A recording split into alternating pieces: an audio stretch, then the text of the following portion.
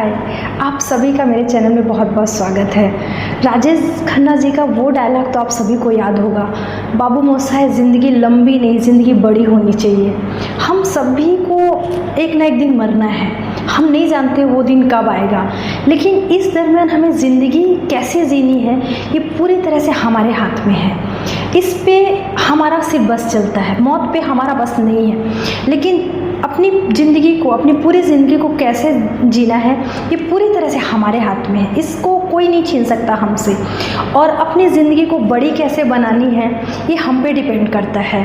आप जो भी काम करते हो पूरी शिद्दत से करो, चाहे जो भी हो, चाहे लोग जैसा भी कहें। आप अगर कोई काम की शुरुआत करते हो या आप अपने लाइफ में जो भी चाहते हो, उसके लिए आपको जो करना है आप बिना किसी की परवाह करिए।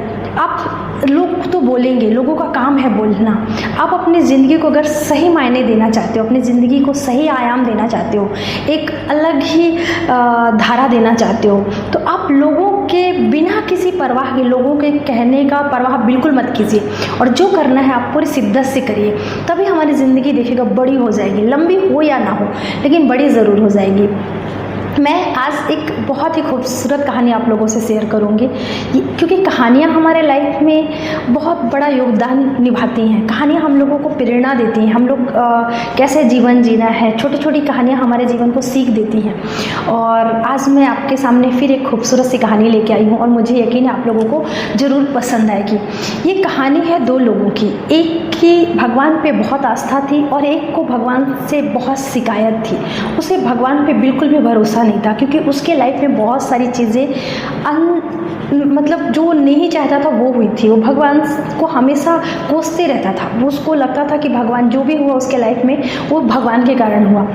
तो दोनों अपने अपने तरीके से भगवान की आराधना करते थे। जो बंदा था, जो आस्तिक था, वो हमेशा भगवान की पूजा करता था। तो जिस जगह वो रहते थे उसके बीच में एक नदी थी, और नदी के उस पार भगवान का मंदिर था, और इधर ये दोनों रहते थे। दोनों एक ही गांव में रहते थे। तो एक बार गांव में बाढ़ आई, बहुत ज़्यादा बाढ़ आई, तो नदी एकदम फुल हो गई। और ये दोनों बंदे में से जो पूजा करता था, जो भगवान दोनों के रूटीन में शामिल था, एक भगवान की पूजा करके आता था तो ही खाना खाता था, और दूसरा भगवान को गाली बक के आता था तो ही खाना खाता था। ये दोनों के रूटीन में शामिल था।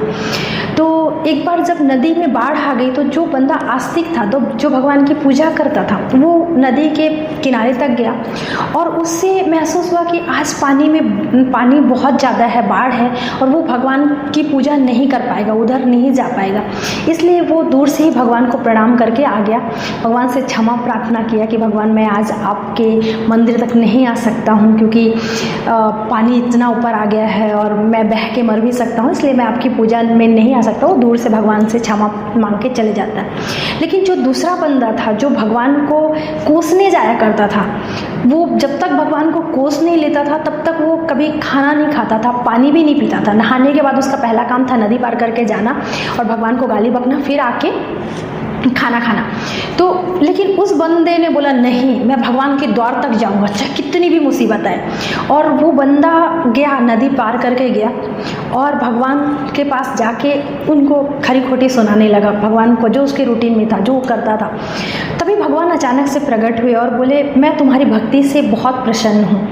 तो वो बंदा बोला नहीं, आपको कहीं कन्फ्यूज़न हो रहा है, मैं वो बंदा नहीं हूँ जो आपकी भक्ति करता हूँ, मैं तो वो बंदा हूँ जो हमेशा आपको गाली बकता हूँ, तो आपको कहीं कोई कन्फ्यूज़न है, मैं वो व्यक्ति नहीं हूँ। भगवान बोले नहीं, तुम ही मेरे सच्चे भक्त हो। जो एक मुसीबत देख के जो अपनी आराधना छोड़ दे, जो अपना रूटीन छोड़ दे, वो भक्त नहीं हो सकता। तुम्हारा वे अलग है, तुम प्रार्थना करने का तरीका अलग है, तुम अपना गुस्सा जाहिर कर रहे हो, तुम्हारे भक्ति का जो जरिया है, जो मार्ग है, वो भले अलग हो सकता है, लेकिन मेरे सच्चे भक्त तुम ही हो। क्योंकि तुम्हारे लिए भी नदी आई हुई थी, तुम भी बाढ़ में डूब के मर सकते थे, लेकिन तुमने बिना किसी परवाह किए, बिना किसी खतरे की आशंका तुम्हारे ऊपर भी था, लेकिन तुमने उस खतरे की परवाह नहीं की और तुम मेरे पास तक आए। तो सच्ची आराधना तुमने मेरी की है, उस बंदे ने नहीं, जो छोटा सा बाढ़ से डर के और मुझे दूर से प्रणाम करके चले गया। तो अगर सही मायने में पूछा जाए तो तुम ही मेरे सच्चे भक्त हो, मांगो जो तुम्हें मांगना है। और उसने भगवान से अपने जो भी कष्ट थे या जो भी उसको भगवान से शिकायत थी उसने किया और भगवान ने उसके सभी कष्ट को दूर किया और उस दिन से उसके भगवान के प्रति जो नज़रिया था वो भी चेंज हो गया। तो ऐसे ही है, भगवान की बात छोड़ दीजिए, हम इंसान भी हैं, हमें जो चाहिए जो हम अक्सर अपने रास्ते बदल देते हैं। लोग बोलते हैं और अपने रास्ते बदल देते हैं। थोड़ी सी मुसीबत आती है, हम घबरा के उससे किनारा कर लेते हैं।